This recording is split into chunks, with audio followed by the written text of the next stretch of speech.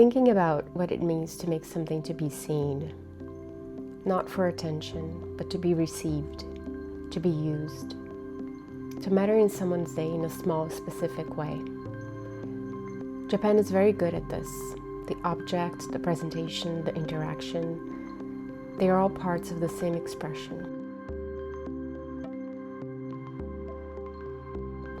Nothing is an afterthought.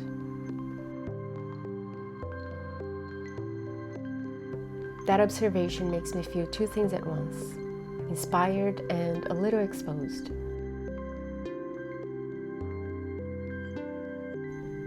Because I want to make things, and for a very long time, I've been preparing to make things. Watching, reading, collecting references, telling myself I am almost ready. I've been a consumer for a long time, a really devoted one. Books, places, videos, people's work. I've taken it all in. I don't think that is wrong. I think that's actually how it works. You absorb and absorb, and slowly something builds inside you that has yet to be named.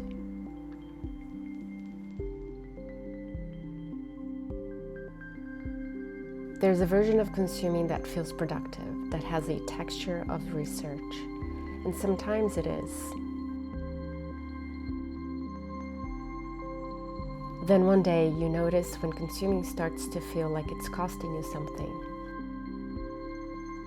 Where the next beautiful thing you find is exciting, yes, but also quietly another reason not to sit down and begin.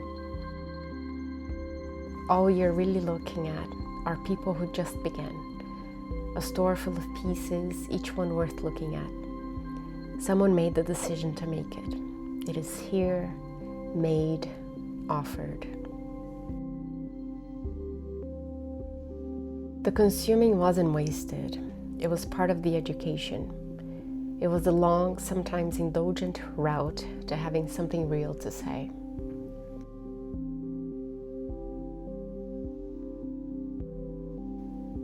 So that's what this is. I am starting with what I have and with what I know. This part, this stage in the process I am in, is the part I am figuring out. I think it is worth documenting. The part before clarity. The part that's just movement, observation, the slow gathering of something I can't name yet. This kind of change doesn't happen in a flash of inspiration. It happens in the small daily acts of paying attention. Walking, writing, noticing what moves you, and sitting with it long enough to understand why. It takes reflection, it takes time, and it takes actual work. And in that in-between space, while the old version is still talking and the new one is still forming, the question becomes, who are you actually? What parts of you come alive when no one else is telling you who to be? It's also where you realize you've been in the audience for so long that you've forgotten you were always supposed to be on the stage too. I say it because I think a lot of us live there for years without naming it. When you move out of your comfort zone, it takes time to withdraw the older version of yourself. That version doesn't disappear overnight. It lingers. It knows your old habits. It has opinions about what's realistic.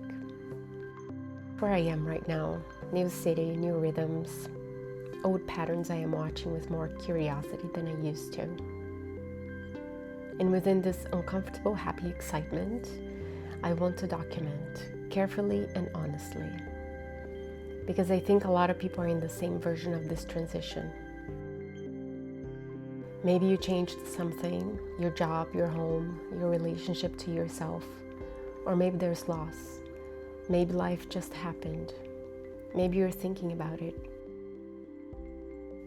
And in that space of not yet knowing, there's a pull to conform again, to do what's proven, to be legible to people who knew the older you.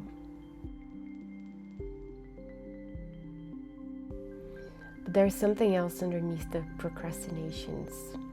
Something that has nothing to do with being lazy or fear of failure, even though those are real too. It's a calling, one I've known about for a long time. Life has been everything, and I mean that in the heaviest, most grateful way possible. And in the middle of it all, at different moments, different seasons, you would check in. Quietly at first, then less quietly. Sometimes via loss or strain, but every time it was kind of a tap on the shoulder that said, "Remember this other thing? Remember what you said you were going to do?" I've known since I was young that I need to tell stories, that I need to move and observe and create something and share. I didn't always know what form it would take. I still don't completely, but the knowing has always been there, waiting, patient, occasionally inconvenient. And I think there's a point in life where you can't keep saying not yet. Not because the timing is finally right, because it never feels that way, but because if you don't choose to change yourself, life has a way of choosing for you. And when it does that, it's rarely gentle.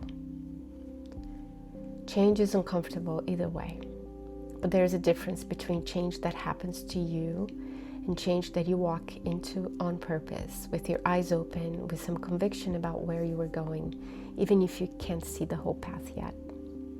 That's the difference I am trying to live right now. I'm glad you're here with me. If you're somewhere in this story too, I'd love to know. Leave a comment, like, and subscribe.